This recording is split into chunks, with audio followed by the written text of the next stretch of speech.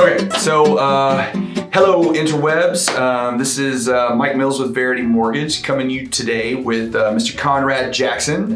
This is going into my interview series or whatever the heck you want to call it, but I want to take time to meet different people, or, I already know Conrad, so I'm not meeting Conrad for the first time, but talk to people that are in the real estate business. Last time I talked to my buddy Cody, who ran a roofing company.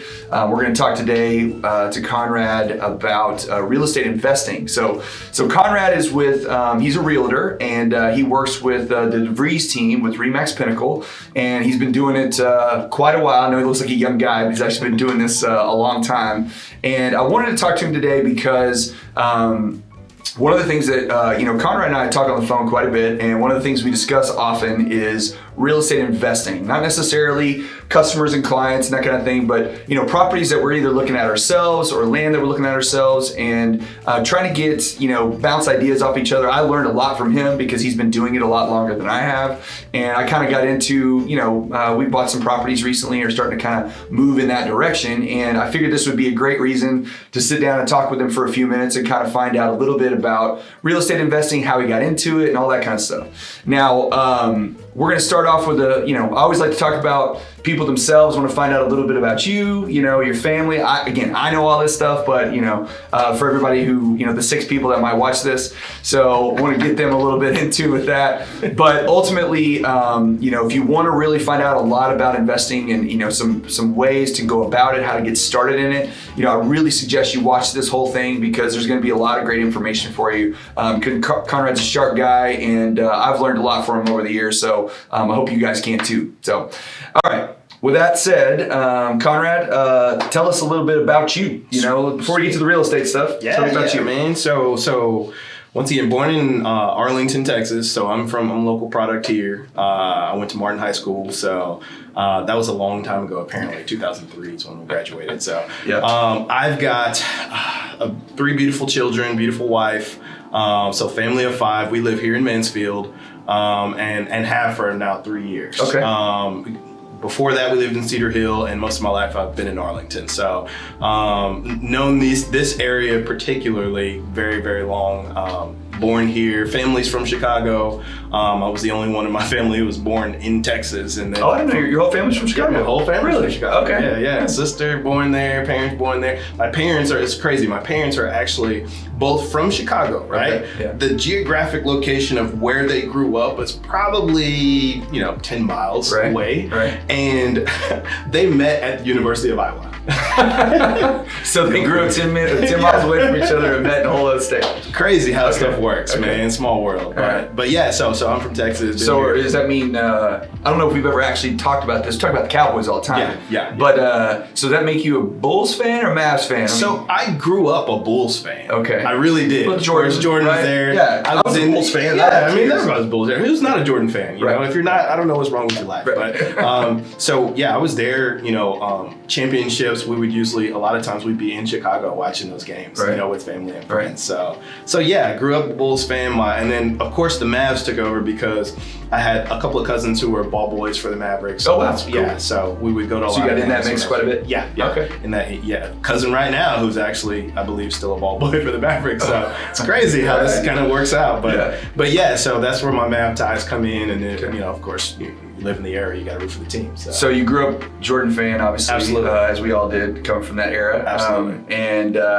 But my son and I, we talk about this from time to time because, the kids on the interwebs like to have arguments about who's better, the GOAT, right? Everybody's favorite word is the GOAT. Of course. Everybody knows GOATs these days. Now, I personally think there's not even a question, like it's not even close. No. But, when people start throwing out the LeBron and Jordan comparisons and who's the GOAT, it's just, it's tough. It's tough because you got a whole generation of people who never saw Jordan play. Right.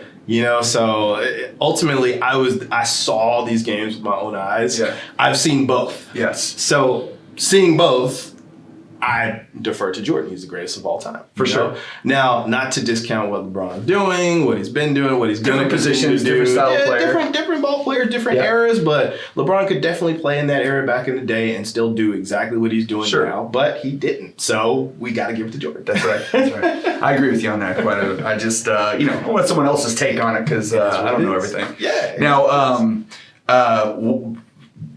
I don't know. Just so you know, one of my favorite people in your life is your wife. Okay, we have to take just a minute and talk about KK because she is the best. Okay, for a number of different reasons. The lasting image that I always have in my head, there was I know where this is going. It's like I can't remember. I'm pretty sure it was Facebook. I don't know. You can go back and look on there. I'm sure she has it on there. But she was pregnant. Was it Chubbs or that? She was pregnant with. Oh man, at that time we were still in Cedar Hills, so I'm pretty sure she was pregnant with Mello. Okay, she's pregnant with Mello. And the thing I love about KK is she has zero concerns about what anybody thinks. And so she was working out, she's really into fitness and spends a lot of time and, just pregnant as all can be, and just decided to film her workout session and a dance that went along with it. And it's like the minute I saw it, I was like, that chick is not afraid of anything. And she, people saw that. It's still one of those videos that goes around and gets talked about. But what you don't know is on the flip side of that, we actually went to the Mavericks game. Right? Oh, okay. Went to the Mavericks game around the same time. She's 100% pregnant. Right. And belly showing, everywhere. Right? And somehow, some way, she gets on the Jumbotron dancing as pregnant lady with pregnant belly in front of everybody in the American Airlines arena. We had people at the game were texting us like, "You're at the game. We see your wife. She's dancing on the screen." I was like, "Oh, come on." Was it just at the game or was it broadcast that way too? I'm not sure because I wasn't watching it on TV, but I know it was on the Jumbo. Hey, if you see your pregnant wife dancing at the Jumbo, that's amazing. That's awesome. It'll change your life. I will tell you that. I mean, don't get me wrong, man. You're an impressive guy. You're awesome, but you certainly outkicked your coverage on that one, man. She's a trip. So, all right. So now we know a little bit about you, where you're from, what you've done, your family, and everything. So I want to talk a little bit about, one of the things that Conrad and I do talk about a lot is not just necessarily, real estate and even real estate investing, but businesses and entrepreneurship and, how do you be your own boss? Like, what's the best ways to go about that? And what's the methods and how do you learn and all that kind of stuff. And Conrad's been not just in real estate and investing, but because you started in real estate really young, right? Yeah, I started at 17 years old. You're right, 17. Yeah. So and with the same group, same guy, same team, shout out same to office, Dave DeVries with Remax Pinnacle. So I've been at that same office for I guess now 16, 17 years. You're not a guy that bounces around very much. I don't like change that much. Right. Keep it simple. Yeah, keep it simple. Make life easy. So I started really young. I was able to learn the business that way. And then kind of jump in both feet, not really scared of the market because I got in at the worst possible market in the history of it wasn't like everybody was clamoring to get into real estate. It wasn't really cool. We didn't have all the crazy TV shows where it made it sexy. Real estate was gritty, it was nasty, it was tough, and you had people who were losing lots of money. And I come in with this kid with no facial hair and try to convince people to let me to sell their home. And while they have to lose money on it, and I get paid for it. Like, should you be selling something, not selling a house? Exactly. So those conversations were tough. So you didn't, but you got started in real estate. You've been doing that the whole time. But just like me to some extent, we're both similar in this regard. Other things can distract you, and distract's maybe the wrong word, but interest, right? You gotta keep it varied up. So I want people to understand, whenever you start businesses or whenever you get involved in things don't always go according to plan. And, you don't get started into something and then you're perfect at it right out of the chute. And it doesn't necessarily have to be, let's say one day you want to go open a shoe store or whatever, and that's what you want to do and that's your business. Well, 20 years from there, you might be, operating a multi-million-dollar real estate business. I don't know.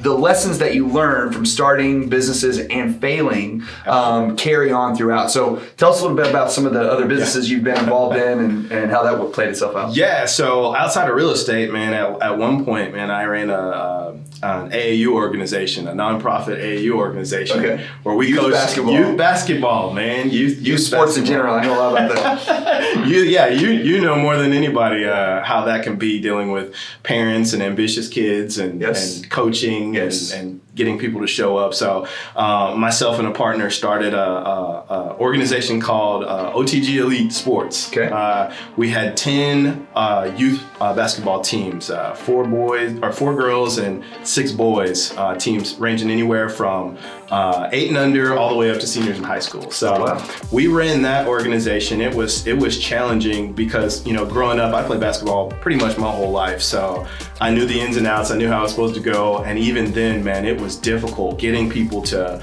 trust you with their children, to put on a good program, getting coaches to sign up, getting people to sign up, getting people to pay you on time. We had many days where we were putting together, dollars that we had in our pocket to make sure that the kids had meals before the game or had a ride before and after practice. So that was trial and error. And, I went through that a lot, man. And we ended up shutting that business down just because I had a partner who we were on 2 different pages. Yeah. We had a great organization that we worked really hard day in and day out, Monday through Monday, trying to make sure we put on good tournaments, good training, teach kids who wanted an opportunity to play at a level after high school. We wanted to train them on how to do that. We wanted to train the parents on how to support the kids. And it was tough, man. We had plenty of parents who didn't trust us. We had kids who went to college and did things that their parents never thought that they would be able to do, that they never thought that they would be able to do. But what people didn't see was the work that we put in, promoting these kids, getting college coaches, begging college coaches to come to our game to watch this kid who they needed in their program, just to get them a scholarship. So it was about 3 years of really tough work. We did really good. We had a 95% senior sign rate. Oh, wow. That's awesome. Yeah. We had 2. So that means that the kids that went through your program, once they graduated from high school, they were signed to play somewhere. Right. Whether it be D1, D2, D1, D2, D3, NAIA, whatever. We had kids who were signing. So we only had a few kids who actually did not sign. And of those kids who did not sign, there was a couple of them that chose not to play sports. It wasn't because they didn't have the opportunity, it's because they chose it. So what, going through that, what are some lessons you kind of learned that carried over to, what you're doing now and where you are today, where, if you hadn't experienced that, because, I kind of went through a similar thing. I had a couple restaurants with a business partner when I was young. I was 24, 25 years old. And, there's a joke out there. I don't necessarily subscribe to it, but it says, what's the only kind of ship that doesn't sail? And that's a partnership. But let's say it again a little louder. So. But it's nothing. You go through life experiences and you learn things, and everything has a benefit to you. And I learned a ton. I joke with my wife all the time that I didn't get an MBA from SMU. I got an MBA from the restaurant, and it cost about the same. So that's how it works. But so what are some stuff you took away from that really carry over? Yeah, number one thing I would say is just having the right people, the right chemistry of people in your organization or in your business matters more than those person's qualifications to do the job. Right. So one of the things that we had a lot of trouble with was we would get former players, we would get former coaches, we would get big name people to come help us with our organization, and they were a terrible fit. They wouldn't, they had a name, but they didn't have. They had a name, but they may not have had the professionalism. They may not have had the ability to communicate and break it down to levels of parents or child age.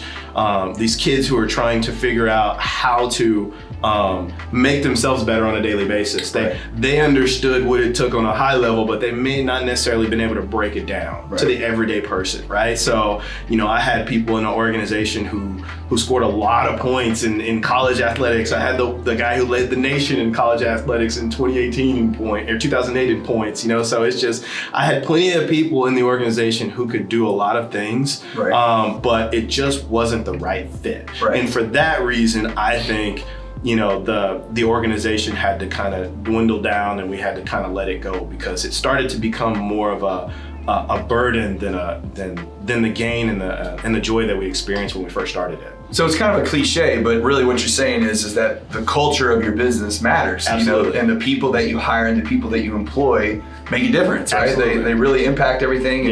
And I'm with you. I'm a big believer in, when I hire people to work in our branch and help us sell mortgages all day long, that I don't care as much about how much they understand or what they know or what they don't know.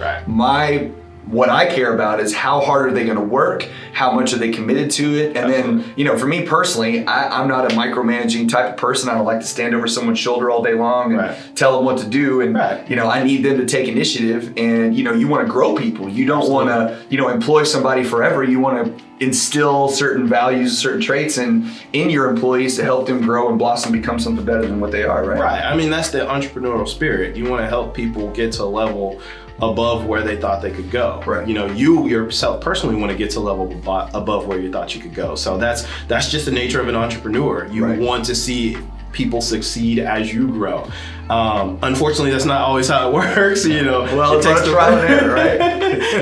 But ultimately, it is what it is. Those are life lessons that you take, and that directly translated into our real estate business, where we grew our team, and we're still growing our team, and we do really well. But we are very selective about who we bring on. For that reason specifically, because we don't want the chemistry to affect the overall production.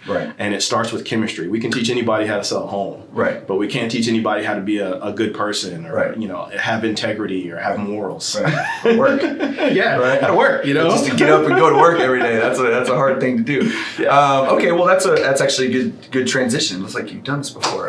Maybe it's so now I want to talk about real estate. Okay. Now obviously Conrad is a realtor, and if you want to buy or sell your home, Conrad would be a great resource to do so. ConradSellsDFW.com. That's right. So please reach out to him if you're looking to buy or sell. We're in a market right now that is, we have appreciating home values. It's very tight. It's very hot. Absolutely. There's a lot of homes flying off. So he's a great resource. Please reach out to him for that. But that's not what we're going to talk about. We're going to talk about investing in real estate as an individual or as a business, depending on how you look at it. Absolutely. This is something that Conrad and I talk a lot about. He's done a great job with over the years, and I get a wealth of knowledge from him on ways to get going, ways to start out. So tell us a little bit about kind of what started you down the path. Obviously, being in real estate, is a big piece of that. But when you bought your first house, what that was like, and then kind of where you are now and where you've kind of grown that to. So ultimately, being in real estate since 2004, 2005, I helped a lot of people along the way, help them sell their home, or purchase a home, right? So I got to a point one day, and I think we were 2016, where I met a lady at her home to talk to her about selling her home. Ultimately, she decided not to sell, but her husband had passed away, and he left her 11 properties, which they used as rentals, some of them vacant, some of them were not. And so she said, I'm not going to sell mine. I've changed my mind, but I'm going to let you list my 11 rental properties. That's a nice little windfall for a young agent, right? Exactly. So when we were going through to actually get everything prepared, and she was giving me the breakdown of what she was making on rents and what tenants were paying, what tenants weren't paying, the issues she was having, the success she was having, I started to sell them. And like any realtor, I put them on the MLS, and I started to knock those suckers down. And I got to about the third and fourth one that after they had sold, and I said, wait a minute, why am I not buying these? I know exactly how much money she's paying on these. Yeah. I know exactly how much money she's making on these. And rent and everything else. Rent and profits and income. I know how much, tax depreciation she can take from them. So there's tax benefits from it. I mean, there's all sorts of great stuff that she was getting. She was at the point where she was just wanting to liquidate and retire and travel. But for me, somebody who's up and coming and trying to make sure that I could create wealth, I was thinking, there's gotta be a better way than me just selling these things. To once you sell, that's one transaction. That's one, then it's gone. Once the money's gone, it's gone. Right. But once you purchase one, so that's what I did. That's what got my juices flowing. Okay. Right, and so I partnered. Now, did you buy any of those properties? I did not. Okay, all right. I did not. You missed on the first round. And to be completely transparent, when I tried to, Okay. and that got me in the mode because I wasn't financially ready.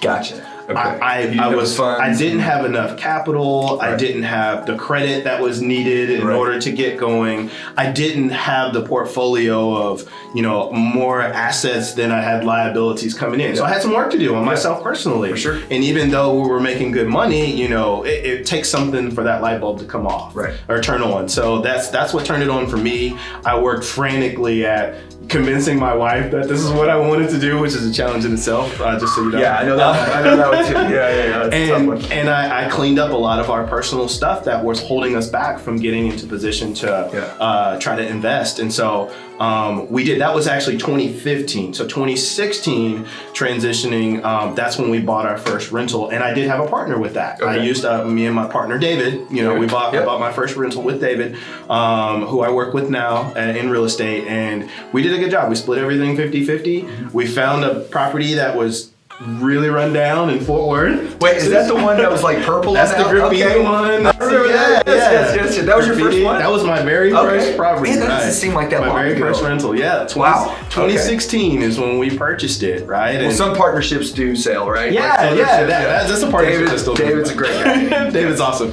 He taught me the real estate business, so gratitude to him. We've grown a lot together, so. But yeah, that was my very first rental in Fort Worth, in East Fort Worth.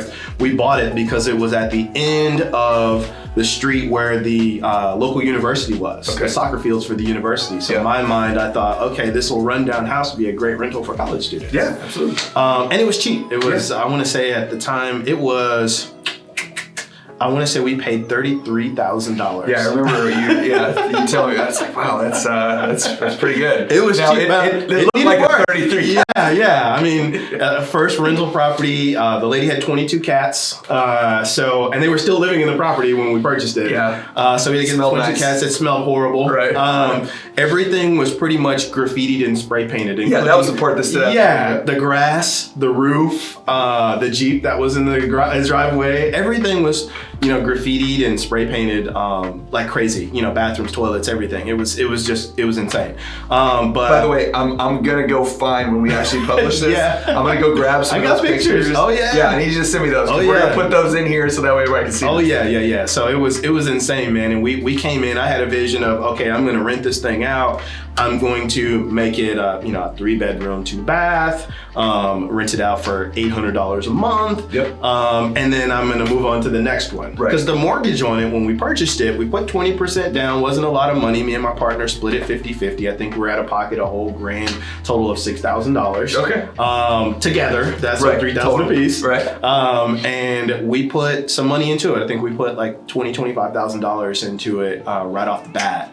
But we learned some lessons along the way. That's how it works. Nothing in life is free, including education. Yeah. So I took a contractor over there when I was looking at it. My father-in-law, who owns a construction company, he's my builder, my contractor, and my business partner in another entity. And he saw it. He said, well, you know what? We're not going to do that. We're going to make this 2 separate apartments because the house had an addition. It was like 1,700 square feet. Okay. It had an addition. Okay. Right? The addition at the time we bought it was like the club, the drug part of the house where transaction and stuff going on. So you could obviously see that. But he said, no, we're going to split this off. The house had a common area in the middle. And so we said, we're going to make an entrance here. We're going to make an entrance in the front. We're going to turn it into a duplex and we'll get 2 rents out of it. Okay. And so that's what we did. Okay. That's what we did. So we fixed it up over the process of probably, So about 12 months in total. Right. We rented the first side out really quickly, probably the first 3 or 4 months. And then after that, we finished the second side and got that thing rented out. So we were paying on the note, I want to say the note was $325 a month.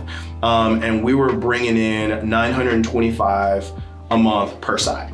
Wow. First duplex, first rental. Wow. So that's too much success out of the gate, though. That's not realistic. So you're sitting there going, man, this thing's a breeze. I can do this all day long. It was an experience in itself because it was in an area where it was, a lower income area. It was by the university. There was a big homeless population around. So we had our challenges with making sure our materials didn't get stolen and making sure that people showed up on time, making sure people who went there were safe. We had a guy across the street who told me that he owned that house, 8 other houses on the block, and he buried a pot of gold in the backyard, and he would stay there and supervise the workers. So it was some challenges. Yeah. So he was mentally well. He had some mental things going on, but ultimately it was a great investment. It was a great deal. It was a good learning experience, and it catapulted us into our second rental property. Okay.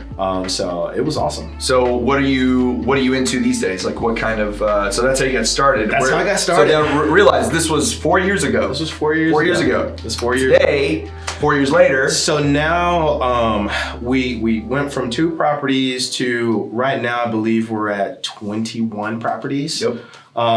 So yeah, we've had some success. We've leveraged some of the success that we had. That property, which we bought for, I want to say $33,000. I just sold that house this year, I think about 2 months ago, and we sold it for $155,000.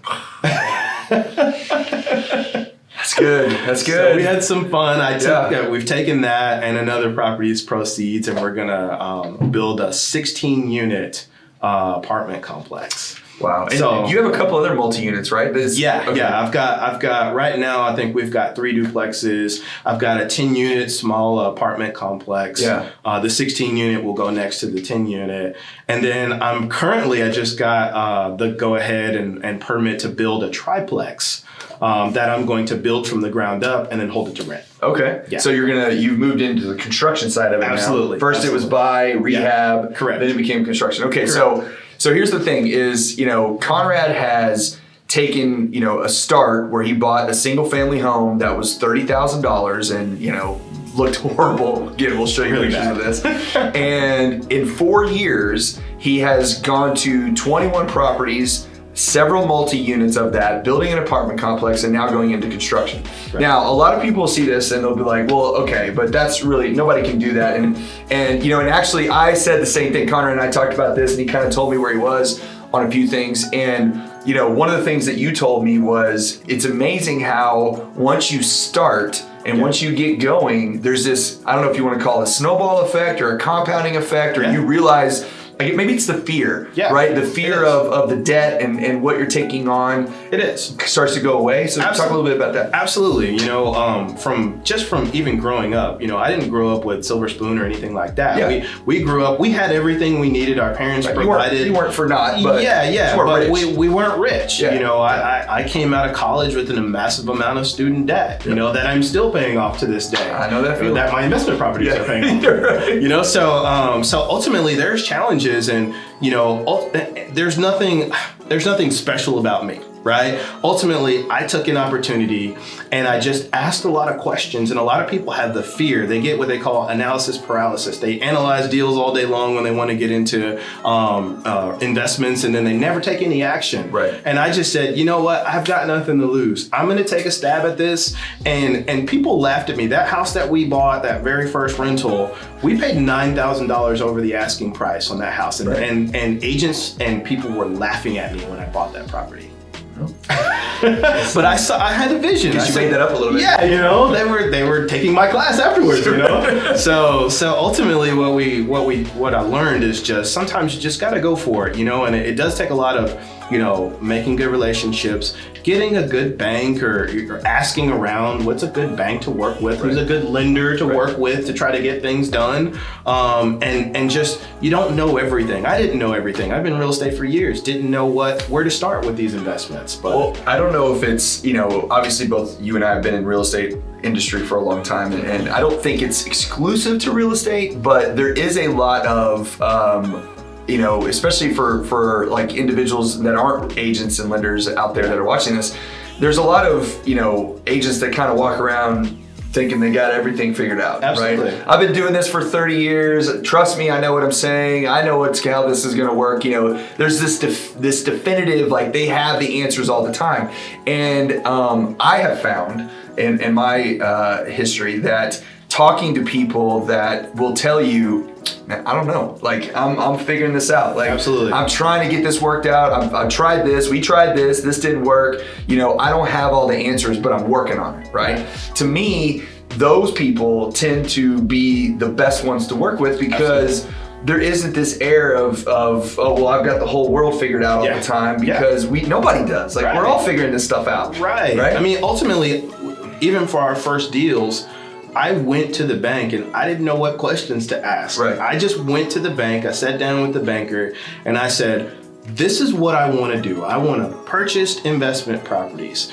This is what I think I can make. Right. I know what the values are because that part I've got down, but how much I'll need and cash and all that, I don't know. Right. Can you help me? Right. And the bank actually appreciated that. They didn't have all the answers either, but they started us they had off. their section of the answers, right? Yeah, and even then, like people think, okay, well, if one bank tells me no, then I'm done. Right. You know, I actually, in one point of our career, had a bank say, we can't help you. You've grown too much, right? It's a good problem. Yeah, but they also said, which is kind of unorthodox, he said, well, my friend is also a banker at a different bank. Right. And they do a lot more of what you're trying to do. Right. Here's his number. I've already called him for you. Yeah. So go ahead and call him and tell him, and maybe they can help you. Yeah. And then when I picked up the phone and called that person, he said, I'm ready to work. Yes. So what do you need? Right. You know, so it's not always having all your ducks in a row. Like I told you with that first property, I didn't have it together. I wasn't ready. When the houses that I was trying to purchase initially, I just wasn't financially ready. And even when we bought our first one, I don't even know if I was financially ready. They just liked me. So they took a chance on me. It panned out. We got something else going. It panned out. And then it just kind of catapulted into something I never thought was going to happen. Well, and you said something too about relationships, right? And people, absolutely. and you know, in real estate, agents, lenders, our entire job is about relationships. I mean, it's who we meet, who we talk to. You know, you can't walk around and go, hey, you want to buy a house? Hey, you want to buy a house? Hey, you want to buy a house? I mean, you can, I guess, but the likelihood that you're going to get a lot of answers there. Sometimes that's how David started, knocking on doors. Yeah, he did actually. But about that. yeah, it happens. But you know, really, what you're doing is you're meeting people, you're creating relationships with people, you're leveraging those relationships, and you know, a lot of times people say leverage. Well, that means it is what is mutually beneficial. I mean, that's how you're friends, right? When you meet friends and you hang out with people, if you don't like to hang out with them, you're not going to hang out with them. That's right. That's just so it's no different in business. It's the same thing. So and I think people get scared because they look at, you know, the money involved, and they look at, you know, what I don't know anything and I don't have the knowledge, and but we all started that way. Everybody starts that way. I mean, I'm working my way through it still, and I talk to you and bend your ear all the time because you've been through the fights and the battles, and you know what happens. And I actually saw something the other day. I don't remember if it was on Facebook or something where there was a video and the guy was talking to your kids, right? Yeah. And he said, you know, when you tell your kids, hey, don't put your hand on the stove or don't do this, you know, they don't listen. They are going to hurt themselves. They're going to find out on their own. Yeah. But he kind of put it a different way. He said, okay, imagine this. Imagine your parents, you're both going on vacation, right? And your parents leave before you do, and you're leaving with your sister on the way. Yeah. Right? Yeah. And so then your mom or dad get to wherever you're going, and they call you and they say, hey, when you're driving down I-9, you know, exit this road and go around. There's construction in the freeway, and make sure you get around that to get out front so you're not stuck there for 2.5 hours, right? Yeah. And when you get to this town, you know, eat at this restaurant. It's really good. We really enjoyed the food. The service was awesome. You know, you're just taking advice from someone who's already made the mistakes. Right? And why wouldn't you do that? Yeah, I mean, ultimately, that's how you're able to grow. That's how most people grow, right? You know, and as a newer investor, you don't know what questions to ask in most cases, right? You know, so you need somebody who's going to guide you and navigate you around those costly mistakes, because every time you make a mistake, it's going to cost you money. That's right. You know, it's going to cost you time. It's going to cost you. You're going to have to sacrifice something. So you want to have those people in your corner that will help you along the way, right? You know, and ultimately, like an entrepreneur, like we said earlier, entrepreneurs want to see other entrepreneurs do well. Absolutely. We just do. It's just in our DNA Yes. want to see other people, especially our friends and family and associates and people like that. We want to see them grow as we grow. Nobody wants to see them stay at the same level. Yeah. So that's why we do, like for myself, when we do offer classes or seminars or whatever to try to help people out, just give information. People ask me, how much you charging for this? I'm like, this is free. But when you buy the house or you sell the house, guess who you call? Yeah, that's right. That's my only requirement, you know, so. Well, and that's, there was one time, and I don't think I ever told you this, but, Conrad, I call Conrad all the time. Hey, which properties, which ones are you getting into? What area are you looking at? How did you come up with your break even on what it was going to cost you versus your rents you were going to receive, all this stuff. And then my wife and I ended up buying a short-term rental on a lake that we were rehabbing and putting together. And that was really our first, we'd owned an investment property previously, but it was a house that we bought and we lived in, and then we kind of moved on to the next house and rented it out, and that was a whole thing. But this was our first kind of, we're gonna get after this, right? And you reached out to me and wanted to know about the short-term rental stuff. And how did you run? How does it manage? Who do you use for it or whatever? And I'm sitting here going, wait, why is he calling me? Like he knows way more about this stuff than I do. But the reality of it is that's that way your brain works, and that's the way my brain works. Is like, look, I mean, there are certain things that I know a lot about. I know a lot about finances and interest rates, and I'm getting to learn a lot about cryptocurrencies and all that kind of stuff that I'm really teaching me. Right, I'm filling my brain with, right? But I can't know everything, right? And that's why you need a good group of people around you, a good support. It's what is it that you're the product of the 5 people that you associate with the most, right? 5 people. Yeah, that's right. So if you want to start moving in that direction of, whether it's real estate or anything, you gotta surround yourself with people that know or have been down that road and have experience and have gone through these things. Because if you don't, then if you're the smartest guy in the room, you are in the wrong room. Absolutely, find another room. Absolutely, we always say that. We're always challenging ourselves. It's almost to a fault where you're like, hey man, I've gotten to a point where I've done really good. All right, now let me try and take on this new challenge. Yes. Just to kind of keep those creative juices flowing. That's how you grow. Yeah, absolutely. And growth is uncomfortable. It's not going to be something that you're going to be able to sit at home, do every once in a while, and make a killing on just because it takes work. This is a business, and that's what people tend to miss. They think that you can do it passively from day one, and you have to grow into a spot to where you can do it passively. And it doesn't mean you have to risk everything. It doesn't. It's all relative, right? So I just have this example because I've been doing it recently. But a couple of years ago, I got involved in the cryptocurrencies, and I started looking at Bitcoin and Ethereum and all these different things.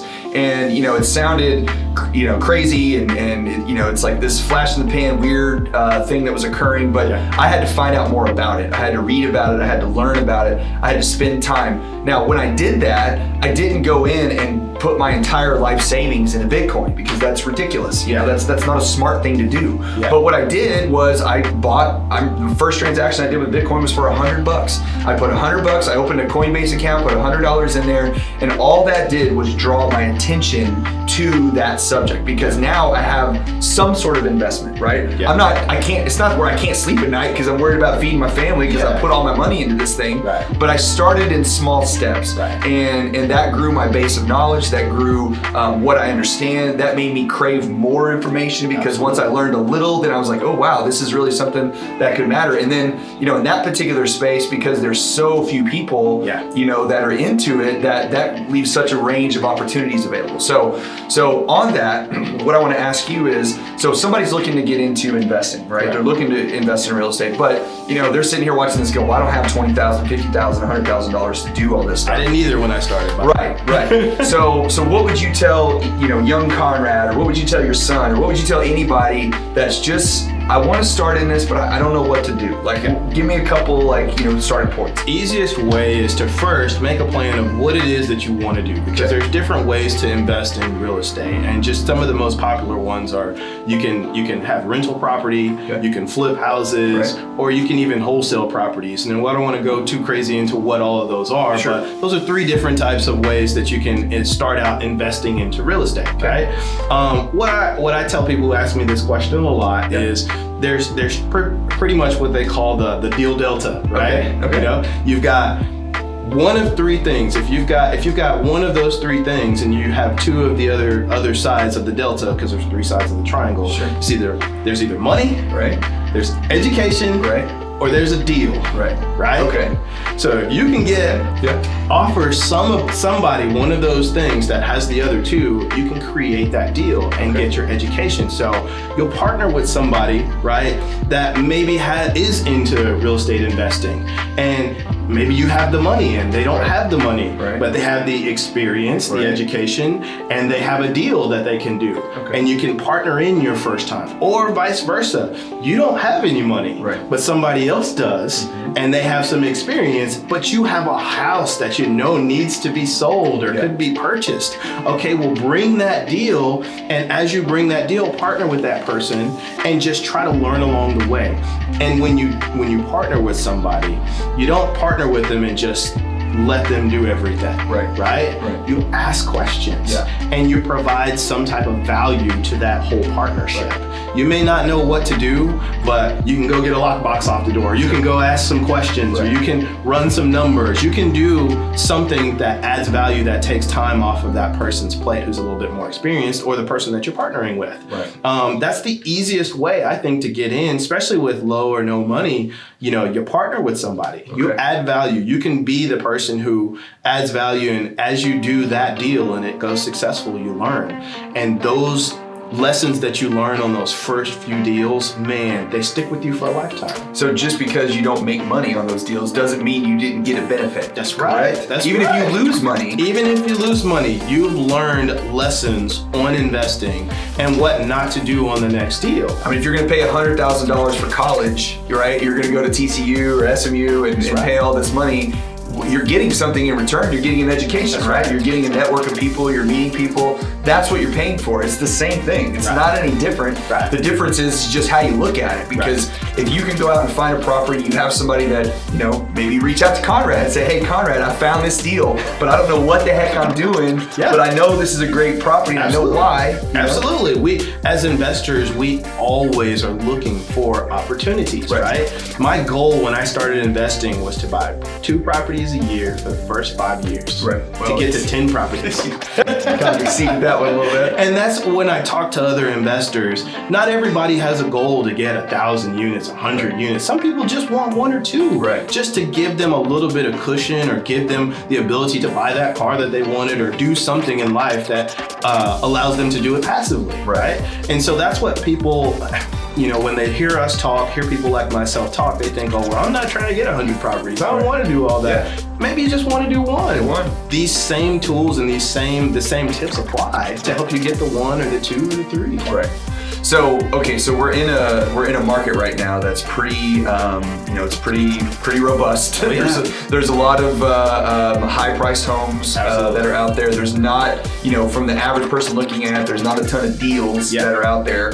But what would you say to somebody that say to you, Conrad, I really want to do this, but I probably should wait another year or wait another 6 months, or this isn't something I'm ready for yet because I think the market's too high and all this kind of stuff. What would you say to somebody that said that? I would say no better time than the present to jump in.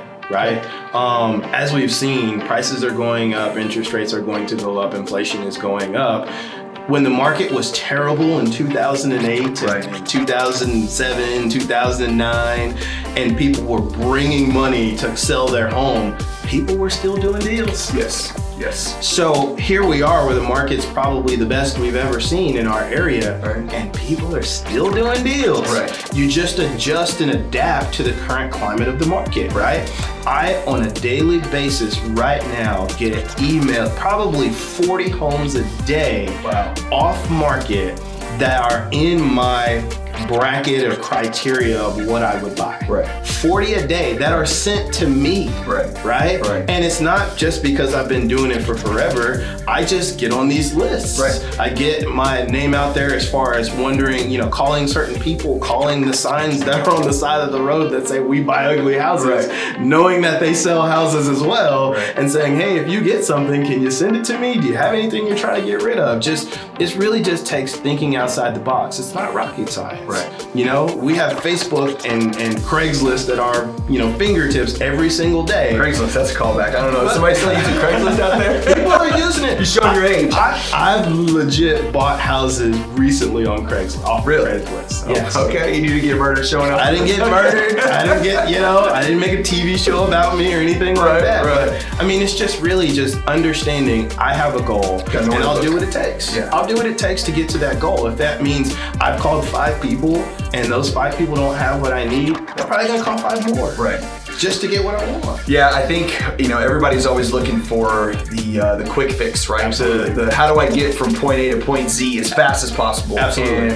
And I don't know, or at least I haven't. I'm sure there is examples, but I haven't experienced myself or seen many that I would consider truly to be either successful or a strong company or whatever you want to call it that happened overnight. Absolutely. Everything is a slow growth. There's pain all the way through. Absolutely. You're going to learn lessons, and like you said earlier, every lesson has a price, right? Sometimes it's money, sometimes it's pain, but that's how you grow, that's how you get better, that's how you move in the direction that you're trying to get to, and it's not gonna happen overnight. It's just not. It's a grind, it's a marathon, it's not a sprint, right? And anybody that you talk to that's been doing it for a while, or even if they're just starting, they'll probably tell you the same thing.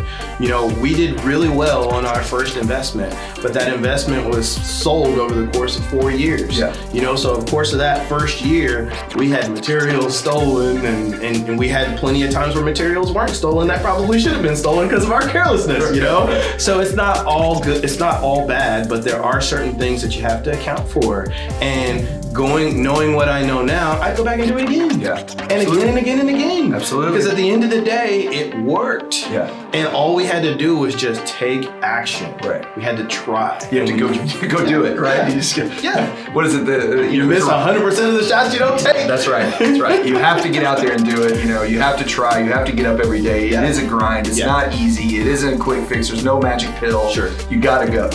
So this is all great stuff. I want to let everybody know Conrad actually does do, he was talking earlier about classes and seminars. He does this kind of stuff all the time. And he really enjoys it, which is one of the reasons I love talking to you all the time because I learn a ton of stuff from you. You have a great heart, you have a great mind, and it's very rare to find people like that that truly want to help you out, not just figure out how to make a quick buck or do whatever. They are actually trying to help you, and it's I don't know if it's the golden rule or platinum rule or whatever they want to call it these days, but if you put out into the world all the things, all the good energy that you want to help people and be available and be a resource, that stuff comes back to you tenfold, man. Absolutely. It really does. I'm a big proponent of treating people right. It's how I was raised. Ultimately, I know how it feels when you're looking for answers and you can't find them and people won't help you, and I didn't never want to be that person. So ultimately, any opportunity that I get, I do try to help. Especially people who are really interested and excited about it as I am. Well, that's what keeps me up at night. That's what gives my creative juices flowing. So I'm gonna do everything that I can, man. And yes, we do some classes and stuff from time to time. So how would someone reach out and figure out how to get hold of you there? Ultimately, ConradSellsDFW.com is the best way to reach me. I am on Facebook, but it's just my name, Conrad Jackson, and Instagram, Conrad Jr. You're figuring out all the socials? All the socials. I'm trying to think. Is there anything I'm missing? TikTok? You on TikTok? I'm not on TikTok. I'm figuring out TikTok. I'm not dancing on TikTok, but I'm not that great yet. I'm not there. Twitter I have, but I've never looked at. We're not important enough to be on Twitter. I don't really think people care about what I have to say. They just want to look at the pictures of what I do. So Instagram and Facebook. That's the best 2 ways. If you're not going to the website, ConradSellsDFW.com, that comes directly to my phone, and then you can message me on there, and that'll definitely help me get in touch with you. Well, I'm telling you right now, again, from personal experience, and this is the second time I've done one of these, and I'm starting with all my friends and all the people that I really value their friendship and look at them and say, man, I learned so much from Conrad, and he's helped me so much over the years, and my wife too. She's a realtor, and she worked on your team to start with, and David and Conrad helped her, grow into what she is today, and awesome. I can't thank you guys enough for that because I truly value our relationship. Absolutely. And it means a ton to me. Now, me too. Okay, so then the last part I want to do is I always like to have my people here tell me a little bit about some funny stories about real estate, because we all have our little anecdotes that we share with everyone from time to time. Oh, yeah. So give me one, a PG one, so we can make sure everybody can watch this. But so yeah, man, there's always stuff. You learn to look back. It may not be funny at the time, but you do learn to look back over time at some of the occurrences that happen when you're doing real estate investing, and you can't do anything but laugh. You just shake your head and laugh. But I guess the second rental property that we ever purchased was in a similar area. It was in maybe a tougher area, East Fort Worth, and the house had been vacant for a very long time when we bought it, right? So when we bought it, there was a homeless person who was actually sleeping on the porch. Okay. Right? And so when we took the property over, we would allow him to stay on the porch because we weren't going to work on it. Right. We're not there yet. Yeah, so we're not there yet. So just make sure nobody breaks in. Right. And don't break in yourself. You got a house with a mascot. Yeah, exactly. Yeah. So he was a very nice guy. He we give him some funds every once in a while, just kind of keep eyes on the place, right? And so we had a couple of occurrences with this particular person, right? So the first occurrence at this house was. Myself and my father-in-law worked really closely on this project. He was my builder, my construction guy, so he was my rehabber. Yeah. So he called me one night, and it's probably about 11 o'clock, and he said, "Hey man, are you at the property?" And now this is in I want to say this was probably like in the winter time. So. Okay. So really cold outside. Right. So he calls me, said, "Man, you at the property?" I said, "Man, why would I be at that property this time of night? Like, come on." So he said, "Well, okay, I just got a call from the neighbor across the street, and she wanted to know, if we were the ones who had the fire going on at the house." Right. And so immediately I'm like, "Oh my God, no, not a fire." So come to find out, that's never what you want to hear. The person who was on the porch had gotten cold. Well, what do you do? In the wintertime, you get cold and sleeping on the porch. Right. So he had found his way inside the house, which was a vacant house, and it was torn up on the inside. It wasn't like he was damaging much other than fire. Right. They had gotten a small barrel, him and his girlfriend, and they lit a fire in the hallway to keep warm. What do you do when you're cold, right? You start a fire. Buy insurance on every property. Day one, when you purchase property, you purchase real estate, make sure you get insurance. Yeah, see, there's even a lesson to your story. Lesson. Double locks and insurance. Okay. Definitely. So yeah, that was instance number one at this particular house. We ultimately were able to get to the house. The neighbor was one who went over and said, "Hey, you guys can't do that in here. Can't put the fire out." Yeah. It was only a small smoke hole at the top, so we were able to fix it low cost. No harm, no foul, right? The second occurrence at this house was when we actually got it ready to lease. I leased this property now. Couple of numbers. We brought this property, I want to say $39,000. I had a mortgage on it of $375 a month. I leased that sucker out for $1,175 a month, right? So we did pretty good on it. Pretty solid. Awesome. So I've got a property manager. My property manager's found this wonderful tenant who has 2 businesses, makes great income from the neighborhood, excited about the place. Yeah. So we sign a lease, boom, we're great, okay? So we get him moved in. Right? Now, like I said, the person who was sleeping on the porch at this point of the timeline of the house had not been to the house for probably about 3 months. Okay, so he visited in a while. So he hadn't been there. Okay. His stuff was there, but he was gone. Oh, he still had stuff there. We had like a blanket or something that he would keep out on the porch, right? So he had been gone and he was a nice sized guy, right? Very harmless if you met him, but nice guy, right? And so day one of the new tenant moving into the property manager calls me that evening, right? Apparently, my guy who was living on the porch hadn't moved. He just went to jail. And he got let out of jail the day the tenant moves in. Nice. So my property manager is calling me with the tenant on the line, also saying, get this guy off my porch. I've got a gun and I'm about to blow his brains out. Yeah, I'm sure it didn't go well. Yeah. On the other end of the phone, I could also hear the guy who sleeps on the porch saying, I'm allowed to be here. I know the owners. This is my place too. You didn't have a joint lease with him as well? They didn't know. Okay. You can't make this stuff up. Oh, man. It's the crazy occurrence. Ultimately, we did get the person who was on the porch, let him know he was no longer able to stay there. The tenant was still okay. He was just happy that the person was no longer there. Yeah. Nobody was hurt in this whole scenario. His thank joint goodness. tenant. Right. Wow. I only lost a couple of hairs at the top of my head, but it all turned out well.